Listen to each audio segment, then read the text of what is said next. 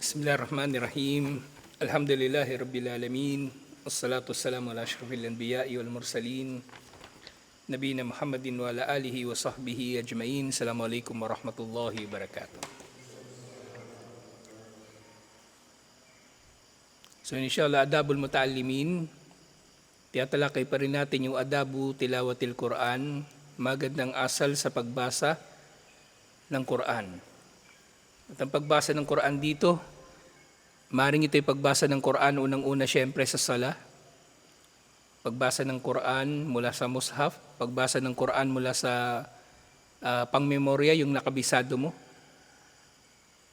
At yung iba dito, applicable din siyempre kapag yung nakikinig ka ng Quran.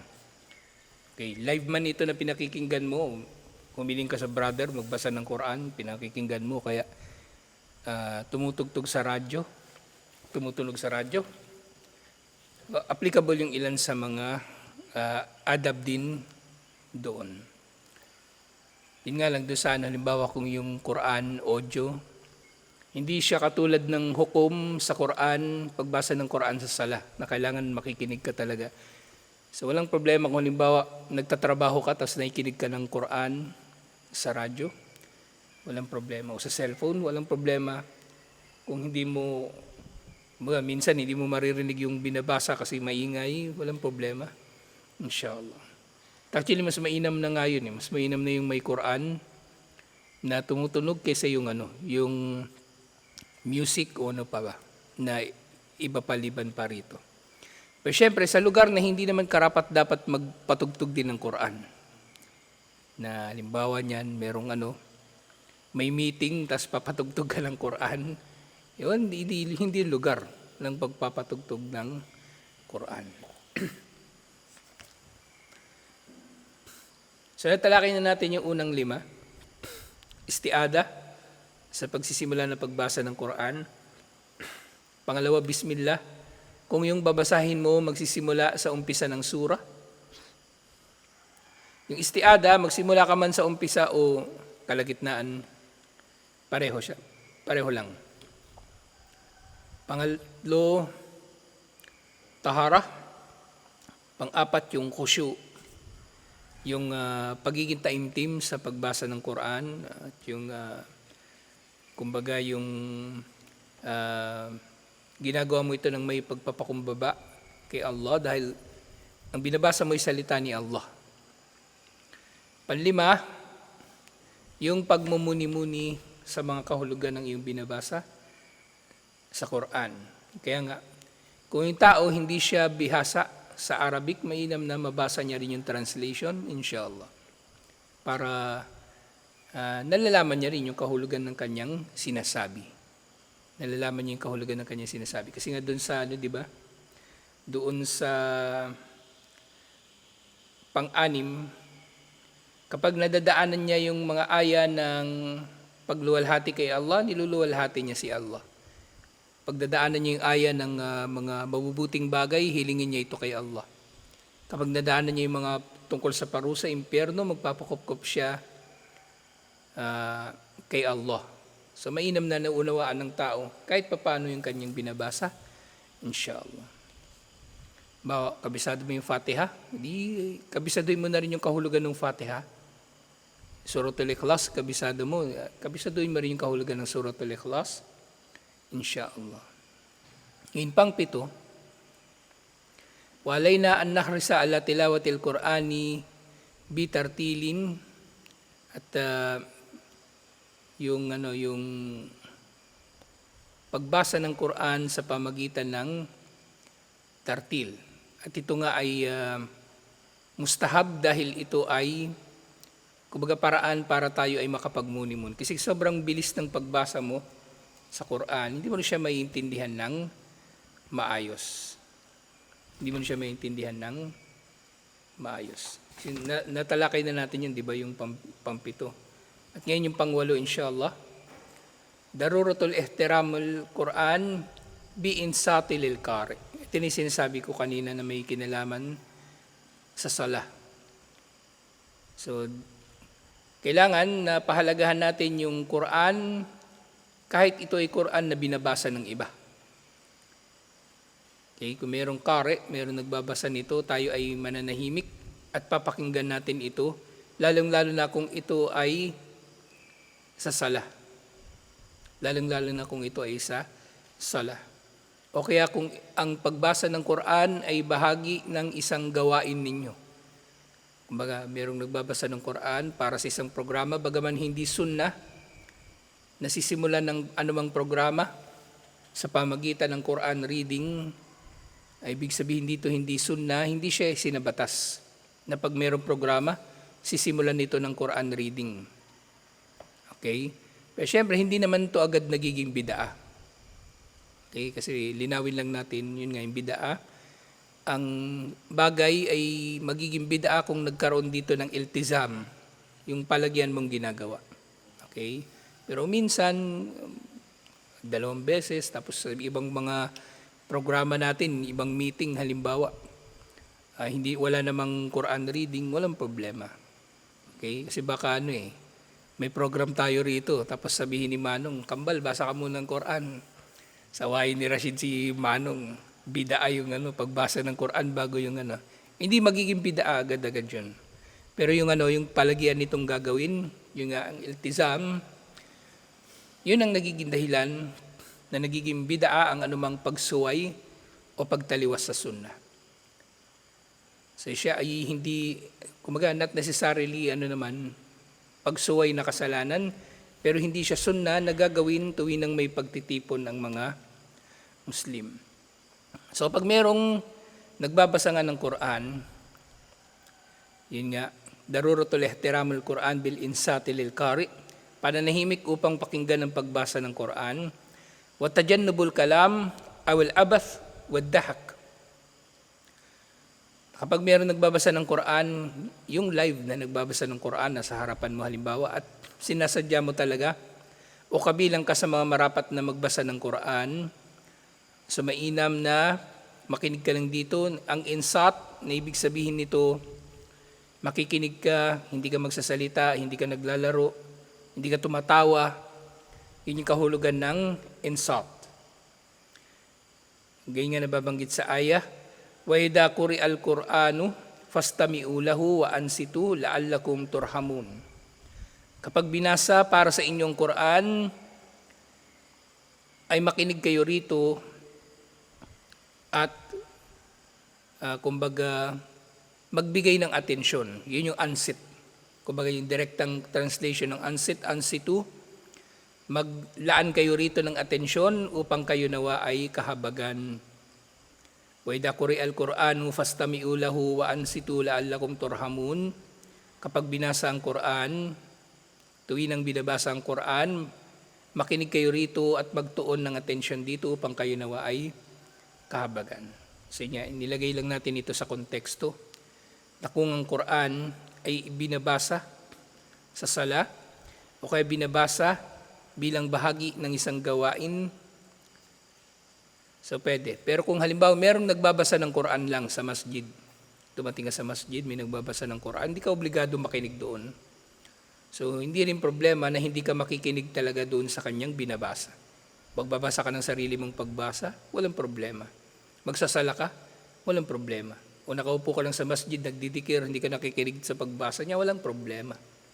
Walang problema.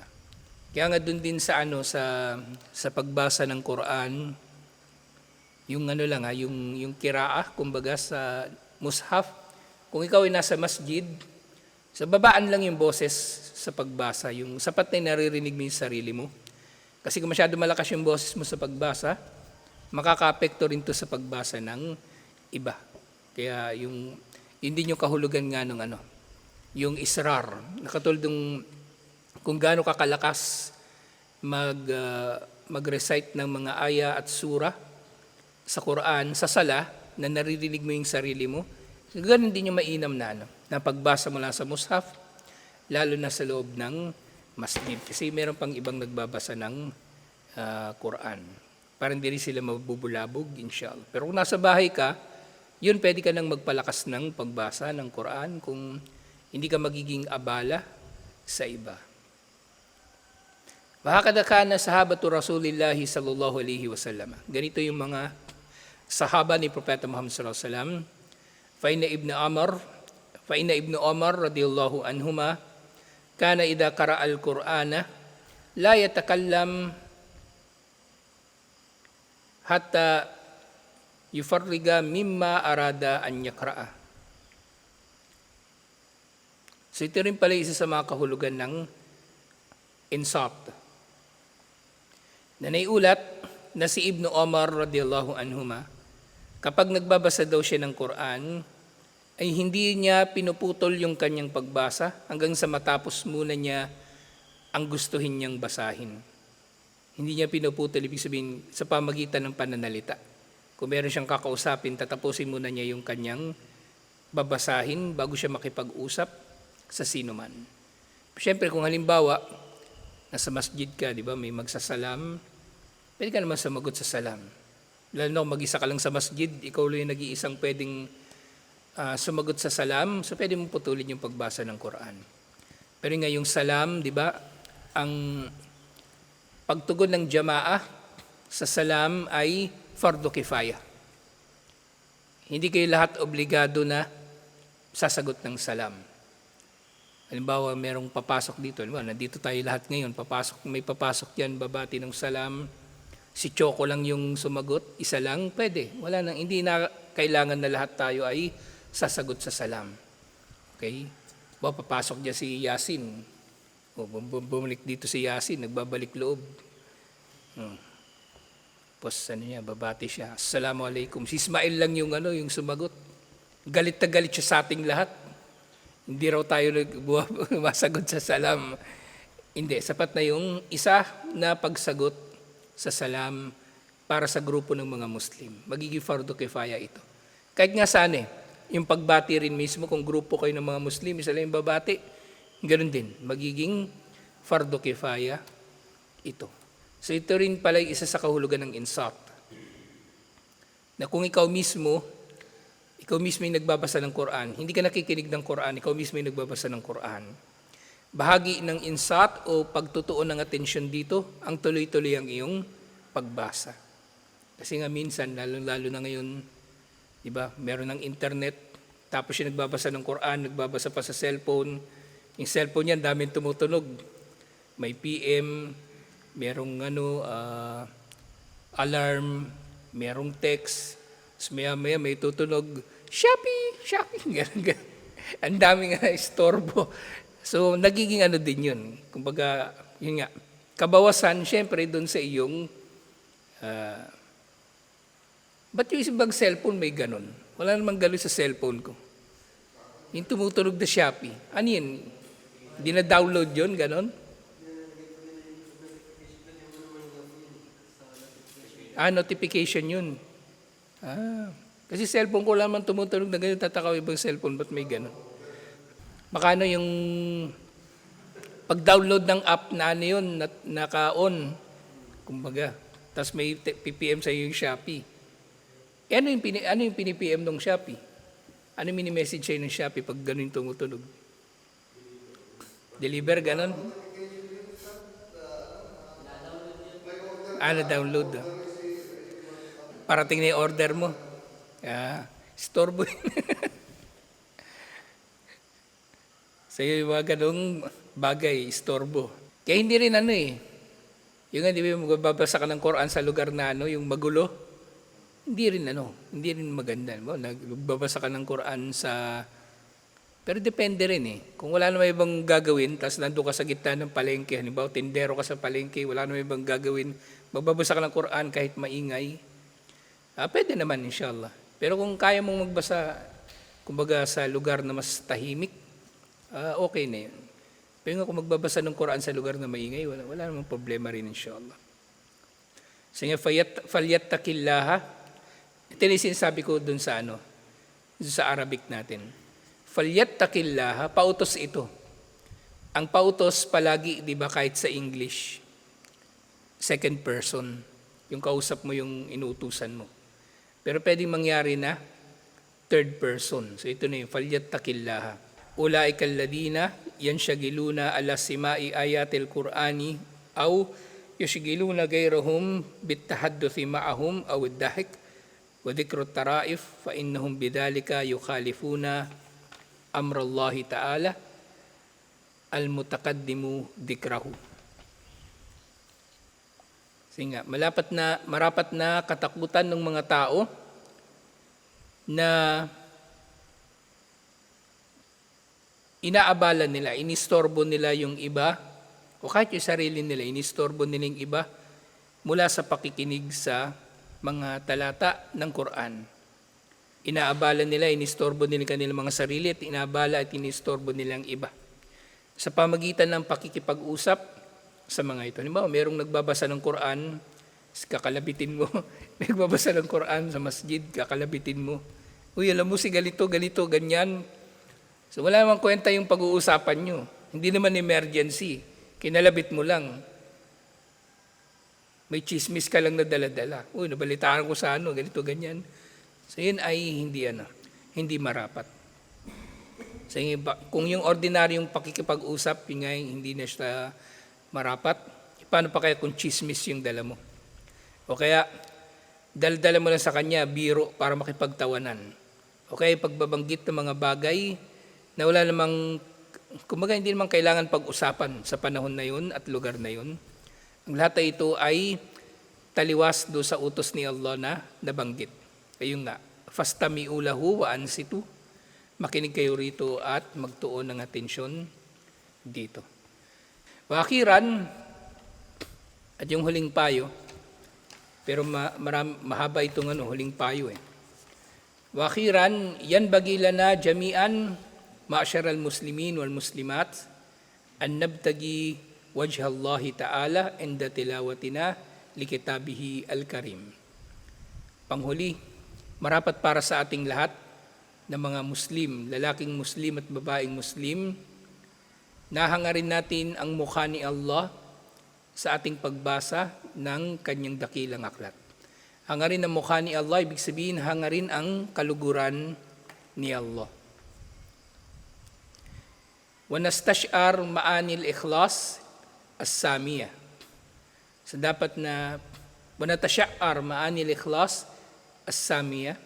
So sa ating pagbabasa rin ng Quran ay mararamdaman natin ang marangal na ikhlas. Kumbaga nararamdaman natin yung ikhlas sa ating pagbasa. Wanahris ala nilil ajri al-adim inda tilawati kulli ayatin karima. At yun nga sa bawat aya na babasahin natin, dapat ay magsikap tayo na makuha natin ang gantimpala ng bawat isa sa mga aya na ito. Hindi nga lang bawat aya yung may reward, di ba? Bawat letra mayroong reward. So ganito yung Muslim dapat umuunawa sa gantimpala. Lahat ng bahagi ng gawain natin ay magagantimpalaan ni Allah, inshallah. Hindi hinahatulan yung mga gawain natin pa isa-isa. Ultimo mga detalye nito ay hinahatulan. Bawa sa sala, di ba? Maaring kompleto yung reward mo rito, maaring kalahati lang, maaring 1/4 lang kasi nakakagawa ka ng mga pagsuway habang ikaw ay nagsasala. Habang ikaw ay nagsasala, iniisip mo yung mga bagay-bagay na walang kinalaman sa sala, kabawasan yun sa reward ng sala. So, halimbawa nga, nagbabasa ng Quran, tapos ganun din, nalalabag niya yung mga adab na nabanggit dito, na ilan ba yung nabanggit? Siyam. Panghuli itong ikhlas. So, maaaring nababawasan at nababawasan yung reward ng tao na kumpleto sana kung naging maayos ang kanyang pagbasa ng Quran. Wanahris alanil ajr al-adim inda tilawati kulli ayatin karima. So kailangan yung tao ay naghahangad talaga ng gantimpala ni Allah sa bawat binabasa niya. Fa inna alifun harfun wa lamun harf wa mimun harf. Yung nga sabi sa hadith, tunay ng alif ay isang letra, ang lam ay isang letra, at mim ay isang letra. Wa kullu harfin bihasanatin wal hasanatu bi ashri amthaliha ila 700 da'af. Tigi isang letra ang mga ito. yung alif, lam, mim bilang halimbawa. Pero, ang bawat isang letra na ito ay merong reward. Isang reward o hanggang 10 reward, hanggang, kumbaga, ang bawat isang letra ay merong isang reward na katumbas ng 10 hanggang 700. So, ang kahulugan dito, yung bawat letra ng bawat aya na nire-recite natin mula sa Quran, ang bawat letter nito ay maaring merong reward, minimum 10 hasana. Kasi ganun yung natutuko yung parang ito na yung basic na currency, kumbaga basic na unit ng reward, isang hasana. So 10 na reward, maaring 10. Pero kung mainam yung kanyang pagkakabasa, maaring hanggang 700 na ulit ng reward na ito. Pero pwede rin naman isa lang. Kumbaga, maaring mangyari rin na isa. Kung mahusay ka, maaring 10 hanggang 700. Pero kung ordinaryong pagbasa talaga, yung lumilipad yung utak mo, maaring may reward pa rin, inshallah, isa sa bawat letra pa rin. So malaki pa rin yun, kung tutuusin.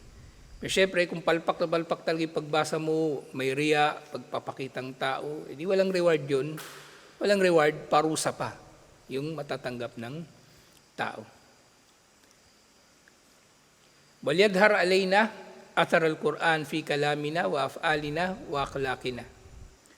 So marapat nalilitaw ang Quran, ang epekto ng Quran sa ating pananalita, sa ating mga gawain at sa ating mga ugali. Kama qala Ibnu Mas'ud radhiyallahu anhu, katulad ng sinabi ni Ibnu Mas'ud radhiyallahu anhu, yan bagi likari'il Quran an yu'rafu bilaylihi idan nasu naimun. So nabanggit na ito nung nakaraan, di ba? Natalakay na natin ito. Na sinabi ni Ibnu Mas'ud na marapat para sa nagbabasa ng Quran, ibig sabihin nag-aaral ng Quran din, kahulugan din ito ng Qari'ul Quran. Dapat yung nagbabasa ng Quran ay nakikilala siya sa gabi. Dahil nga, kumbaga, marapat na siya ay binubuhay niya ang gabi sa pagsamba habang ang mga tao ay natutulog. Siyempre, yung kagawian na ito sa Islam, ng paggawa ng mga gawaing pagsamba sa gabi, ito ay sunnah, at siyempre ito ay, kumbaga, binibigyang diin dahil sa ikhlas. Kasi ito yung mga panahon na walang nakakakita sa iyong ginagawa. Kahit yung asawa mo, kahit yung anak mo, ikaw lang talaga ang nakakakita ng iyong sariling ginagawa. Siyempre si Allah. Wa binaharihi idan nasu mustaykidun. So dapat nakikilala siyang nagsasabuhay ng Quran sa gabi habang tulog ang mga tao. At gayon din nakikilala siyang nagsasabuhay ng Quran sa araw habang gising ang mga tao. Wa bibukaihi idan nasu yadhakun. Dahil sa kanyang pagbasa ng Quran ay naiiyak siya sa mga dapat iyakan, kahit pa yung mga tao ay tawa lang ng tawa. Wa bisamtihi idan nasu yakudun. At sa kanyang pananahimik, kapag ang mga tao ay nag-uusap ng mga walang kwentang bagay. Ibig sabihin, wala siyang kinalaman doon sa kanilang pag-uusap ng mga walang kwentang bagay. Ganyan din, panghuli ngayong araw inshallah. Qala Abdullah bin Amr bin al-As radiyallahu anhu. So itong si Abdullah, yung nga diba, yung anak siya ni Amr bin al-As radiyallahu anhu. Yung doon sa Omar series, yung pinapalo ni Omar bin al-Khattab, yung kapatid niya, si Muhammad bin Amr. At itong si Abdullah bin Amr bin al-As, siya yung sahaba na nagulat nung tungkol doon sa lalaki. Na-post ko na yun, kakapost ko lang. Yung lalaki na sinabi ni Propeta Muhammad sallallahu alaihi wasallam na papasok sa paraiso. At yung ginawa ni Abdullah, nakitulog siya doon sa bahay nung brother ng 3 araw o 3 gabi. At nung nandun daw siya, wala siyang nakitang espesyal na ginagawa nung tao na yon na sinabi ni Propeta Muhammad sallallahu alaihi wasallam na papasok sa paraiso. Hindi nga raw niya nakita nagtahajjud eh. Pero papasok daw yung tao na yun sa paraiso. Yung tinanong ni Abdullah bin Amr, anong dahilan? Ano bang ginagawa mo? Yun nga, ang ginagawa nga niya na tuwing gabi, inaalis niya yung kanyang mga sama ng loob sa kanyang mga kapatirang Muslim. So, biruin nyo, ganong bagay lang. Parang minamalit pa nga ng tao yun, di ba? Ganong bagay lang, pero nagiging dahilan yun para makapasok yung tao sa paraiso. Para makapasok ang tao sa paraiso. Pero syempre, yung ganong hadith, unawain din natin yun, di ba? So sabi ni Propeta Muhammad sallallahu alaihi wasallam, yung lalaki na yun ay papasok sa paraiso. Pero hindi naman niya sinabi, agad-agad papasok yun sa paraiso. Magiging kasama doon sa mga as-sabiqun al-awwalun o magiging kasama doon sa mga mauuna na papasok sa paraiso. So maaaring meron pa rin siyang paghukom, hindi siya mapapabilang doon sa 70,000 sa umma na ito, na dire-diretso sa paraiso. Gayun din, syempre, di ba merong Asharu mubashirin na bil Jannah, 10 na binigyan ng magandang balita ng pagpasok sa paraiso. Hindi lang sila 10. Hindi lang sila 10 actually, pero yung 10 na yun, sila yung espesyal sa mga binigyan ng balita ng pagpasok sa paraiso. So si Abdullah bin Amr, naging governor nga siya ng Egypt nung panahon na ni Muawiyah. Pagkatapos ng tatay niya, siya yung pumalit na governor. At kabilang si Abdullah bin Amr, di ba nasabi ko nga nung nakaraan, nung panahon ni Uthman bin Affan radhiyallahu anhu, ubos na halos yung mga sahaba, konti na lang sila. Kaya doon sa Siffin, yung labanan sa pagitan ni Ali at ni Muawiyah, bilang na lang doon talaga yung mga sahaba. Lalong-lalo na yung mga nag-Muslim bago yung Fathu Makkah. Ilan na lang. At kasama silang dalawa, mag-ama, na naiulat na nandun sa Siffin. Si Amr bin al-As at si Abdullah. Pero hindi sila lumaban. Nandun lang sila namumuno sa mga sundalo ni Muawiyah kasi hindi rin naman nila sukat akalain na magkakaroon ng labanan. Kasi nangyari doon sa Siffin, kumbaga parehong may nanggagatong eh. May nanggagatong doon sa mga sundalo ni Ali, yung mga Shia. Tapos may nanggagatong doon sa mga sundalo ni Muawiyah, yung Khawarij. Yung Khawarij. So yung kumbaga may nagsasabi pa nga na maaring yung mga pumatay kay Uthman, nandun din sa dalawang panig. Sumama na doon sa mga Shia o sumama na doon sa mga Khawarij na kasama ni Muawiyah. At bandang huli si Ali, pinatay nga rin ng mga Khawarij. At yung mga Shia naman, ginawa na siyang Diyos. So, ganun kalaki yung fitna, kumbaga na nag-ugat mula doon sa pagkakapatay kay Uthman. Kaya yun na nga yung inilarawan ni Propeta Muhammad sallallahu alaihi wasallam na fitna, na yamuju kaumujil bahar, aalon katulad ng alon ng dagat. So nandun si Abdullah, pero hindi siya lumaban doon. Kumaga kabilang siya doon sa mga nagpigil sa kanilang mga sarili. Actually mas madugo pa nga rito yung may mas matindi pa rito. Yung Ghazwatul Jamal, labanan din niya sa pagitan ni Ali at ni Muawiyah. Yung pinag-aagawan nila yung camel ni Aisha. Mas matinding labanan. Doon maraming kilalang sahaba talaga yung namatay. Sina Talha, sina Zubair, di ba kasama yung sa Asharu mubashirin na bil Jannah, doon sila namatay. Maraming nakakainis na nangyari yung mga panahon na yun kasi marami nang gumugulo, marami nang nanggugulo. Kaya nga tama yung sinabi ni Ali nung tinanong siya nung isang tao. Bakit nung panahon ni na Abu Bakar, hindi ko alam kung sahaba ito, hindi nabanggit naman kasi yung pangalan niya. Basta nababanggit ito madalas sa mga lecture ng history lalo na. Sasabi ng lalaki, bakit nung panahon ni Abu Bakar at ni Omar, panatag yung mga Muslim. Samantalang ikaw ngayon sa pamumuno mo, magulo. Sabi ng lalaki. Sabi ni Ali, nung panahon kasi ni Abu Bakar at ni Omar, ang mga tagasunod niya katulad ko. Pero ngayon ang tagasunod ko katulad mo. So yung talaga, yung pagiging panatag ng anumang pamunuan, anumang pamumuno, hindi lang nakasalalay sa pinuno, nakasalalay din sa tagasunod. Hindi lahat nakasalalay sa pinuno. Bawa niyan, di ba, si Musa alayhis salam. Si Musa alayhis salam, maayos ba yung pamumuno niya? Ibig sabihin, maayos ba yung pamunuan niya bilang pinuno ng angkan ng Israel? Hindi rin, kasi Suwail yung mga kasama niya, puro gago. Karamihan ng mga kasama niya ay Suwail. So hindi lang kumbaga, nababanggit ko to kasi naalala ko to si Abdullah. At yun nga, kung nangyari na yung ganong kalaking kaguluhan ng panahon ng mga sahaba, lalo na ngayon. Lalo na ngayon. Kaya mag-iingat tayo lalo ngayon sa ating relihiyon, inshallah, pag-aralan ng relihiyon, at palaging dumikit sa jamaah, inshallah. Hangarin palagi natin yung kaayusan unang-una sa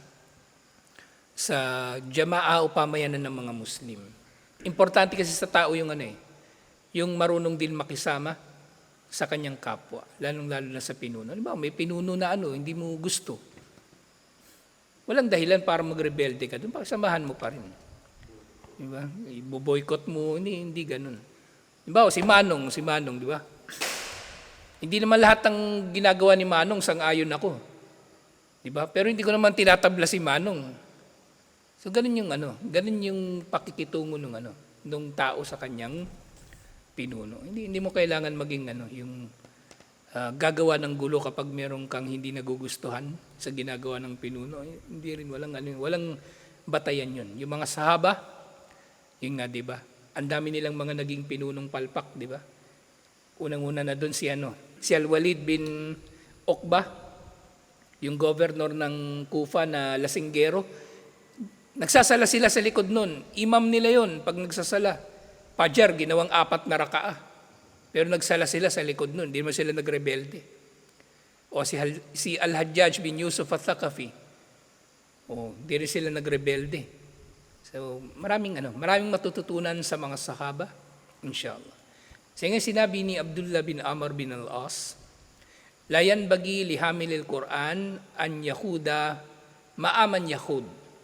Hindi marapat sa sino mang hamilul Quran, may tangan ng Quran, yung nagsasalita ng mga walang kwentang bagay kasama yung mga nagsasalita ng mga walang kwentang bagay. Hindi siya nakikipagtsikahan. Hindi siya nakikipagbolahan doon sa mga tao na walang kwenta yung mga pinagsasabi. Kaya nga huwag ka dapat didikit doon sa mga tao na kaduda-duda yung akida. Si Robin Padilla, didikit-dikit ka. Hafid ka na nga, tapos didikit ka pa dyan. Anong gagawin mo dyan? Anong may tutulong sa'yo ni Robin? Papapicture ka para maraming like yung picture mo, katabi si Robin. Anong silbi nun? Okay, pupunta ka doon sa Shia, makikipagtsikahan ka. Tanungin mo yung Shia, ano ba paniniwala mo? Sinabi nga ng Shia paniniwala niya, hindi nakapagdaawa siya. Nagkaroon tuloy siya ng publicity. Hindi ganun. So kung may tangan ka ng Quran, layuan mo na yung mga bagay. Dapat meron kang meron kang murua, meron kang delikadesa. Delikadesa, ibig sabihin delikadesa, yung malalayo ka sa mga magiging dahilan na maging kapintas-pintas ka sa mga tao. Delikadesa. So yun nga, dapat sa hamil al-Quran, yung hindi dumidikit sa mga nangungusap ng mga walang kwentang pananalita. Wala yajhal ma'aman yajhal, at hindi siya nagpapakamangmang kasama ng mga mangmang. Ibig sabihin nito, syempre, una, sasama ka sa kanila, makikihappy-happy ka dun, ganun. O syempre, magiging kahulugan din nito, yung papatol ka sa kamangmangan. Makikipagdebate ka sa kanila, wag na. Walakin ya'fu wa yasfah, lihaqqil Quran. Bagkus siya ya'fu wa yasfah. Ya'fu sa kahulugan na magpapaumanhin, at yasfah, lalayo. Para sa kapakanan ng Quran, o dahil sa Quran, alang-alang sa Quran na tangan niya. Na dahil marangal yung daladala niya, hindi niya yung dadalhin sa maruming lugar. Diba kapag meron kang bagay na daladala na sensitibo, delikado, hindi mo yung dadalhin sa lugar na mapanganib na pwedeng mabasag ito doon. Iingatan mo yun. Lianna fi jawfihi kalamullahi ta'ala. Nang dahilan ng lahat ng ito, nasa loob ng kanyang katawan, nasa kanyang puso, lalong-lalo na ang salita ni Allah. So, ang dala mo ay bagay na dalisay, bakit ka patatambay sa lugar na marumi?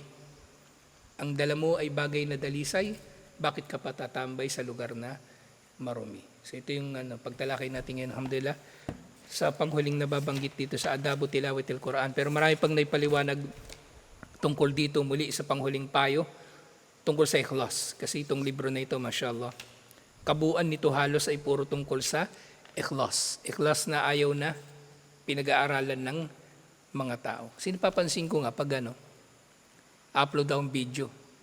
Pag yung video, title niya may nakasulat ikhlas, ang baba ng views.